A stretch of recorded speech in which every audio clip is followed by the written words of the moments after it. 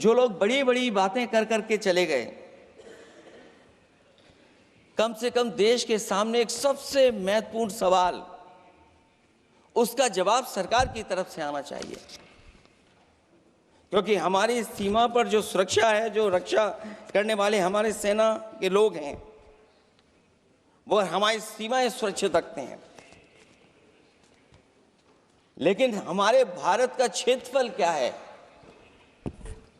और सरकार को कम से कम ये जानकारी देनी चाहिए सदन को, देश की जनता को, कि जिस समय सरकार में ये भारतीय जनता पार्टी आई है और आज जब हम सदन में चर्चा कर रहे हैं, तो हमारे भारत का क्षेत्रफल क्या है। कम से कम क्षेत्रफल पता होना चाहिए, क्योंकि जब हम सवाल पूछते हैं, और जो सवाल पर्यटक पूछ रहे थे कि कुछ ऐसे लोगों को सरकार की ओर से चारों तरफ से चाक चौबंद सुरक्षा घेरा क्यों दिया जाता है, वो जो बाद में ठग साबित होते हैं, जो हमारी रक्षा क्यों नहीं की गई। पहलगाम के दूसरे दिन की जिस तरह की राजनीतिक कार्टून, क्योंकि जिस तरह का लाभ लेना चाहते हैं भारतीय जनता पार्टी के लोग, हम सब ने देखा कि पहलगाम के दूसरे दिन ही जिस तरह का राजनीतिक कार्टून भाजपा के ऑफिशियल हैंडल से पब्लिश किया गया और हमारे द्वारा घोर आपत्ति किए जाने पर हटाया गया, उसने साबित कर दिया कि भाजपा के लोग भी जानते हैं कि दुख की इस घड़ी में उन्होंने देश की भावनाओं के साथ बेहद शर्मनाक खिलवाड़ किया है। भाजपा बताए कि ऐसे संवेदनहीन लोगों के खिलाफ उन्होंने क्या कार्रवाई की है।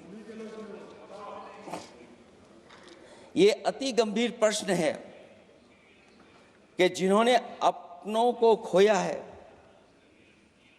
उन पर दबाव डाल करके बयान भले बदलवा दिए जाएं, लेकिन भाजपा याद रखें, बयान बदलवाने से सच नहीं बदल जाता है। पहलगांव के शहीद सैनिक की पत्नी द्वारा देश हित में शांति और सौहार्द की अपील करने पर उनसे जिस तरह का दुर्व्यवहार और उपशब्द कहे गए, उससे हर महिला और सच्चा देश प्रेमी बहुत दुखी है, आहत और शर्मिंदा हुआ है। ये सब जानते हैं कि किन लोगों की हरकत थी। इस संदर्भ में और परिप्रेक्ष्य में हमने महिला आयोग को पुरजोर अपील की थी कि वो नारी की गरिमा के विरुद्ध गलत बयानी करने वालों के खिलाफ केवल शाब्दिक औपचारिकताएं न निभाएं और बल्कि सही से कार्रवाई करें, लेकिन उस पर भी कुछ नहीं किया सरकार ने।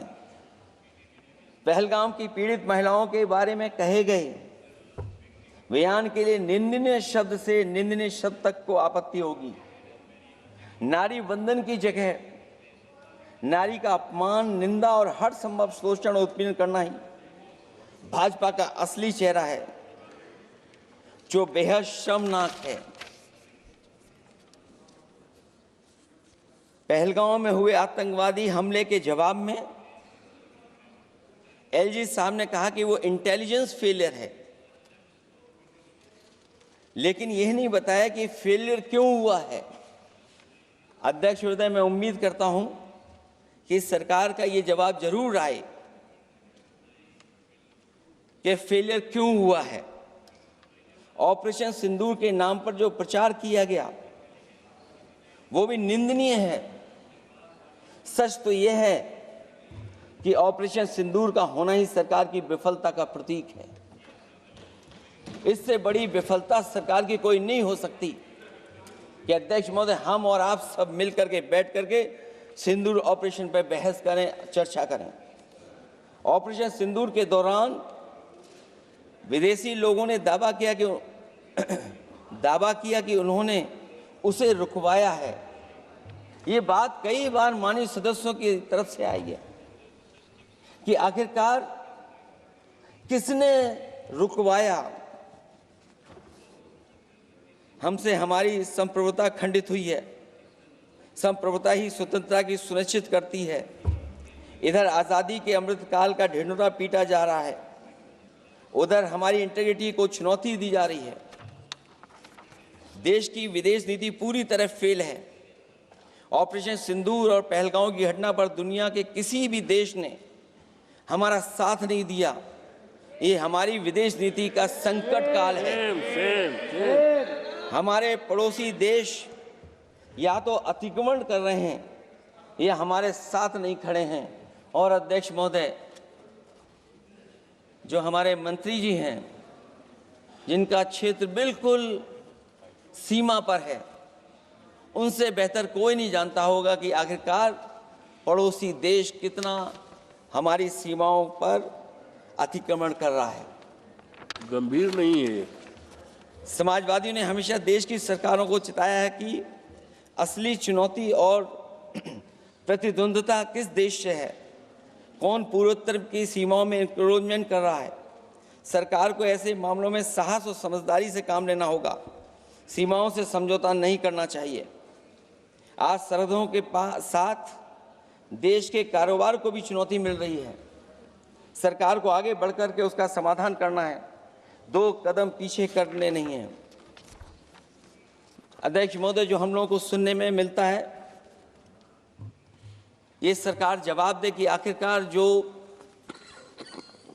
पाकिस्तान है उसके पीछे कौन सा देश खड़ा है। आखिरकार हमें चीन से उतना ही खतरा है जितना हमारे देश में आतंकवाद से खतरा है।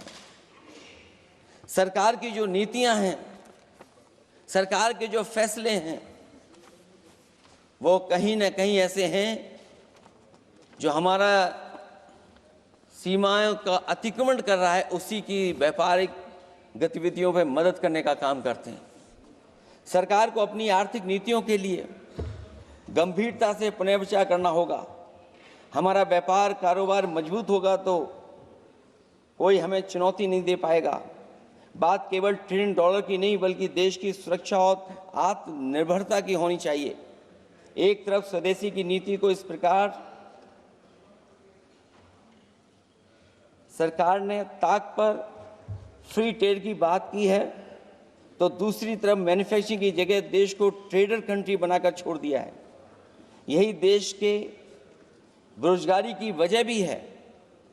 ट्रेडर्स की मुनाफाखोरी और चंदा वसूली की वजह से महंगाई बढ़ रही है। आर्थिक मामलों में ये सरकार पूरी तरह फेल हो चुकी है। भ्रष्टाचार के कारण हर जगह सड़कें और पुल ध्वस्त हो रहे हैं, टंकियां गिर रही हैं और करप्शन जगह जगह लीक होकर के टपक रहा है। मैं ये ज़रूर कहना चाहूँगा इस समय पर कि कुल मिलाकर सरकार को अपनी राजनीतिक, आर्थिक और सामाजिक नीतियों के लिए एफआईआर जरूर करना चाहिए। सरकार को अपनी राजनीतिक, आर्थिक और सामाजिक नीतियों के लिए एफआईआर लाने की ज़रूरत है। वो हर बार ये कहकर नहीं बच सकती कि चूक हुई है, क्योंकि हर बार सरकार ये कोशिश करती है कि इन घटनाओं से बच जाएं हम, केवल चूक कहकर करके। केवल हमारी सीमाएं जो पाकिस्तान से जुड़ी हैं, वहाँ तो आतंकवाद का हमेशा खतरा ही रहता है, लेकिन जो दूसरी सीमाएं हमारे देश की जुड़ी हुई हैं, उनसे भी हमारे देश को लगातार खतरा बढ़ता चला रहा है।